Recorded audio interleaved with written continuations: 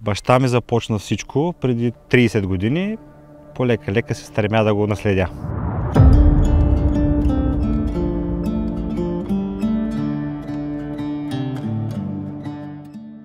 Намираме се в землището на село Бежаново, община Шабла. Нашето стопанство е от порядъка на 20 000 декара. Това земеделие, което беше преди, което баща ми познава, и сегашното нямат нищо общо, за жалост. Всичко се променя, технологии, машини, начин на обработка, начин на сеитба и така нататък.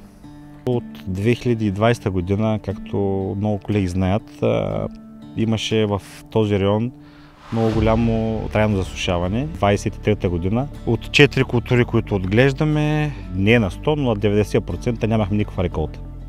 Начинът, по който ние се адаптираме, стремим се да правим по-малко обработки на почвата. Другото нещо, което е, слагаме повече микробиални торове и препарати.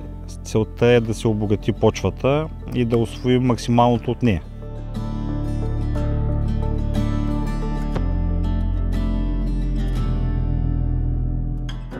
Сеитбата до момента е доста добре, като цяло има влага. Започнахме малко по-късно тази година, поради тази причина, че имаше доста неблагоприятни климатични условия. Съответно имаше дъжд, сняг през април месец.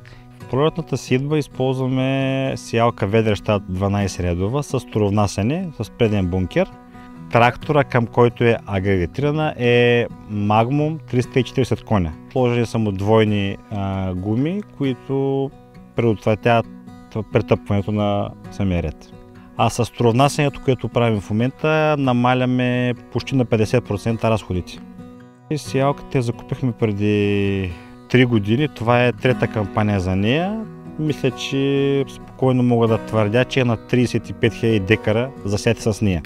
Много надежна, мога да я препоръчам на всеки един колега, който се спре на нея, както и трактора съответно. Много добра комбинация, без никакви проблеми. С Titan Machinery си партнираме от 2018 година. Тогава закупихме първия си кейс. След това закупихме комбайн, отново кейс 6140. Доволни сме, да ви кажа честно. Сервизът е много добър. Наистина препоръчвам го от все сърце. Нашата цел е намаляване на разходите, спокойствие и упоритост.